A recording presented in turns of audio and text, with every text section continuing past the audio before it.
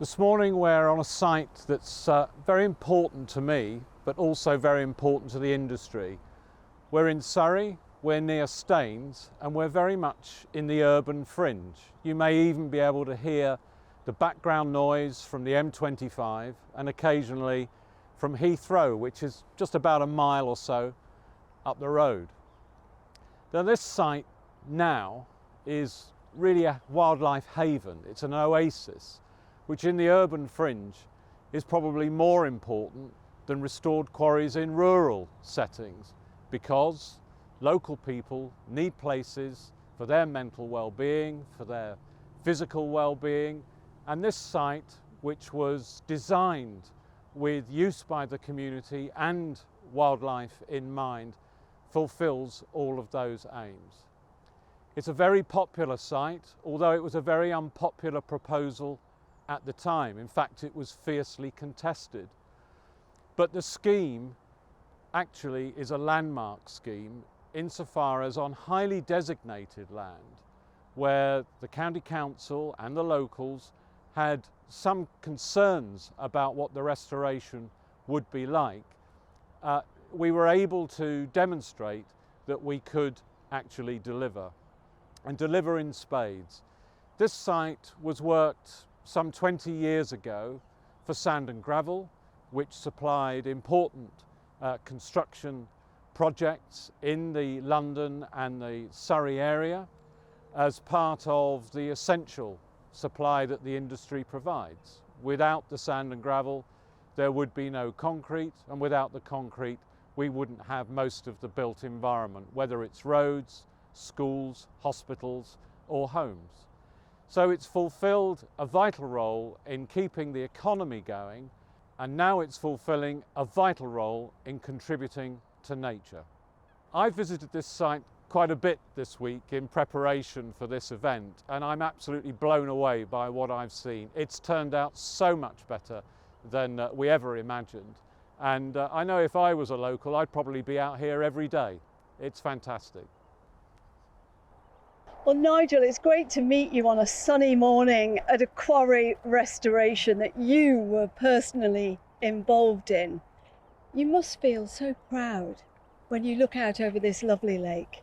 Well, firstly, it's great to see you and have you here at Church Lammas in Staines. And yeah, pride would be an understatement. You know, it's just, I mean, you know, I love this industry. And one of the reasons is because it does this. It's probably just one of those best kept secrets of the industry. Most people don't appreciate what a force for good we are, just with the economic, you know, providing the materials for the economy, I think is fantastic enough. And then you have this. Talk about this 50-year story, because I imagine in those 50 years, a lot has changed. Well, I think 50 years ago, to be honest, when quarrymen were extracting, they probably didn't have restoration at the front of their mind. But as it happened, when the quarry was exhausted, it didn't mean that nature couldn't play its part. It's a powerful force, as we all know. And I think the big difference is now we almost start with how do we want the site to finish. So it's much more of an engineered, considered, designed process, as opposed to almost accidental nature. It's now wired in. So I think that's the big difference. I suppose 50 years ago, it was just a hole in the ground that would be left. And now the planning for that hole in the ground begins way before you even start extracting anything. Oh, absolutely. I mean, when I was looking for sites, when I was sort of operational in the industry, when you were looking to find sites, obviously you've got to have mineral and it's got to be in the right location, it's got to have a chance of getting planning permission. But we're already thinking, even before we've acquired the land, how would this end? What could we do here? Because it's an important part of the planning decision-making process to weigh up, you know, the economic needs with the environmental needs. Well, you mentioned the economic needs. I think it's important in a way to talk now about exactly why we need minerals. We all need them. We wouldn't have hospitals, roads, schools. And I think sometimes People forget that, don't they? I don't think they don't forget it, they just don't know it. I mean, I spend way too much of my time and my colleagues and the industry at large trying to get people to make the link between why we need mineral and the way we live. It's not accidental that we need about 1 million tonnes a day of aggregates, cement, concrete, industrial minerals and lime, agricultural lime. It's because civilized economies need those materials as much as we need food, water and energy. And it's interesting that you're talking like that, in that we're right next to a restored quarry and we can hear the traffic racing along a road that would have been built, the M25, Absolutely. with lots of aggregate and minerals. Well, an aggregate actually, some of which was extracted from adjacent to the line of the road. And Heathrow, of course, is continuously requiring materials for redevelopment, concrete for foundations, concrete for the structures, asphalt for the runways. A little known thing is, and I've seen it in action, when they're repairing some of the runways there, a plane will be taking off in New York whilst they're taking the asphalt off the runway, and by the time it lands, the asphalt is ready for the plane to land. Well, let's talk about the scale of restoration that's happening now, because this is a 50-year story. You've talked about your personal involvement here at this lovely lake and this former sand and gravel quarry. What's the scale of restoration that's happening now right across the country?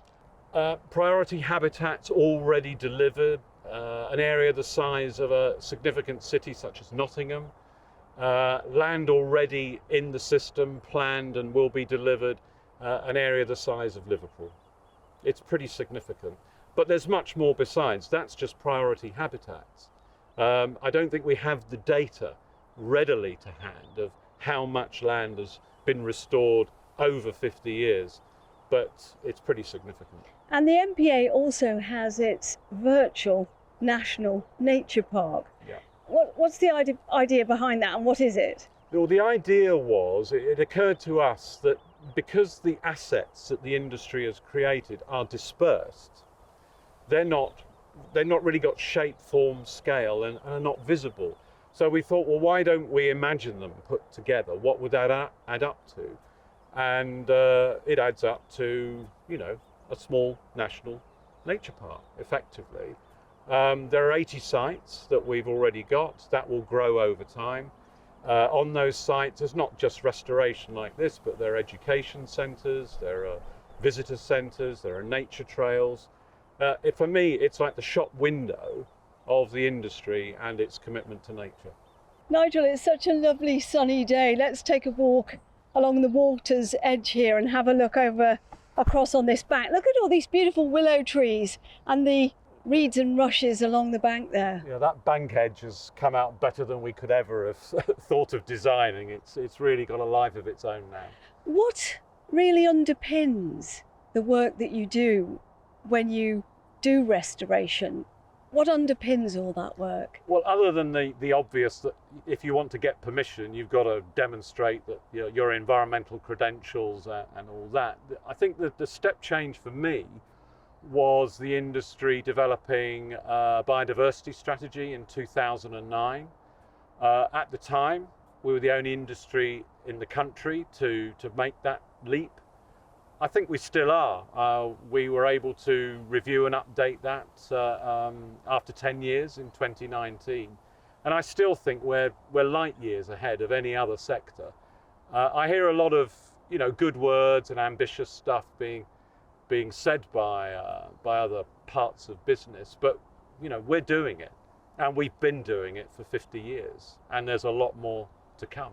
And you have your industry Oscars, the Biodiversity Oscars, don't you, that recognise the good work that people are doing in the industry in restoring quarries like this? Yeah, absolutely. Every 2 years, we like to showcase what members have been doing. We think that firstly, we should celebrate, the effort they've put in. Hopefully, it will inspire others. We can share, their experiences, which people can build into future schemes. And I think what it does, it just concentrates. It brings together that dispersed activity that's going on that I referred to earlier into one place every 2 years, and we can share it with key stakeholders. And for me, it's a really proud day because we've got all of the main environmental organisations with us. We know them, we want to know them, we want to work with them. We've got memorandum of understanding with a number of key partners, whether it's bumblebees, freshwater habitats, and many others, RSPB, the Wildlife Trust. They're all very, very key to us, and collectively we drive the science and the practicing forward. Do you think people really appreciate what you do? Not enough. Do you think people even know that the quarry industry is involved in this grand scale restoration? I think on a local level, where it's impacting on communities, there will be an understanding. There may be skepticism, there may be resistance, but I think over time, when sites mature, there may be that mood changes. But in terms of a general appreciation and understanding of what the industry is there for, what it does, let alone what it achieves in terms of contribution to nature, not enough people know it. It's certainly not appreciated. And my biggest frustration is cutting through with DEFRA. My personal view is that they should be all over us like a rash, because what we're doing is what they're using the words, but we're actually doing it. Well, it's interesting, isn't it? I work in farming, and there's a lot of talk in farming about how subsidy is going to be linked, public money for public goods. In a way, you've been pretty much doing that for 50 years, haven't you? You've been putting your own industry's money into something like this that's open to the public. Well, it's perverse for me. I mean, public money for public goods. This is private money for public goods. We pay our environmental taxes and a lot, probably the thick end of £1 billion a year, and we do this. We're not being incentivized to do this because it's the right thing. We're doing it because it is the right thing to do. So I do get a bit irritated. I don't think there's a level playing field or an appreciation in government of environmental impacts across the whole of business and industry. I think we pay our dues. My members, I think, are very mature about it. They appreciate that they have an environmental impact and that they have to earn their license to operate. But I don't think that's applied evenly or equally across industry.